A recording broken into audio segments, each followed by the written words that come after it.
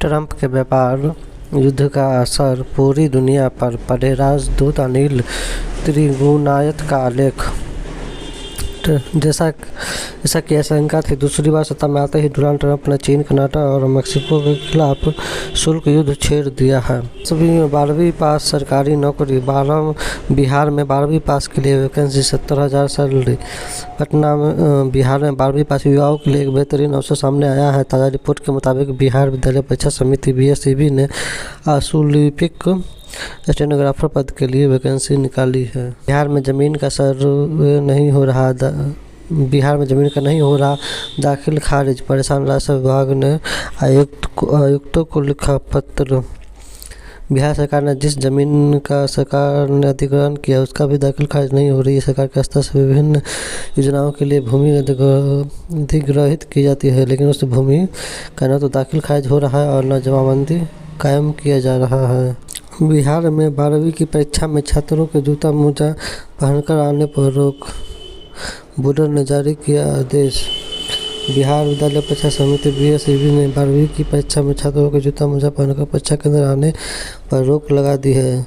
जारी आदेशानुसार 6 से 15 फरवरी तक आयोजित होने वाली इंटरमीडिएट परीक्षा में परीक्षार्थियों का परीक्षा भवन में जूता मोजा पहनकर आना वर्जित रहेगा। इससे पहले बोर्ड ने 1 से 5 फरवरी तक छात्रों को परीक्षा में जूते मोजे पहनने की अनुमति दी थी। बिहार में पुलिस कर्मियों ने मौलाना को पीटा। सियासी बवाल के बीच 5 पुलिसकर्मी हुए निलंबित। मधुबनी। बिहार में बीते दिन वाहन चेकिंग के दौरान कुछ पुलिसकर्मियों ने एक मौलाना को पीट दिया। मामले के तूल पकड़ने के बाद 5 पुलिसकर्मी निलंबित किए गए हैं। बुधवार को राज्यपाल आरिफ मोहम्मद से मिलने पहुंचे आरजेडी नेता तेजस्वी यादव ने मामले को लेकर कहा कि पुलिस जनता की भक्षक बन गई है, एक धर्म को निशाना बनाया जा रहा है। 136 प्रस्ताव, 20,000 करोड़ की योजनाएं। क्या रहे बिहार कैबिनेट की बैठक के अहम फैसले। बिहार कैबिनेट की बैठक में मंगलवार को 136 प्रस्तावों पर मुहर लगी, जिसमें मुख्यमंत्री नीतीश कुमार की प्रगति यात्रा से संबंधित 20,000 करोड़ की 82 योजनाएं शामिल हैं। बैठक में काशी विश्वनाथ कॉरिडोर की तरह सारण में हरिहर नाथ कॉरिडोर का विकास और दरभंगा में बस अड्डा निर्माण की स्वीकृति दे दी गई है और राज्य में बड़े पैमाने पर नौकरियों में बहाली होगी।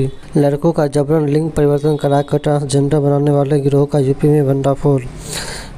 बांदा। यूपी में लड़कों का जबरन लिंग परिवर्तन कराकर ट्रांसजेंडर बनाने वाले गिरोह का भंडाफोड़ कर पुलिस ने उसकी सरगना कैटरीना और धीरू प्रजापति नामक किन्नर को गिरफ्तार किया है। पुलिस को मिली अलग-अलग शिकायतों के अनुसार गिरोह लड़कों को अगवा कर यातनाएं देता और दवाएं इंजेक्शन देकर उनका ऑपरेशन करा देता था।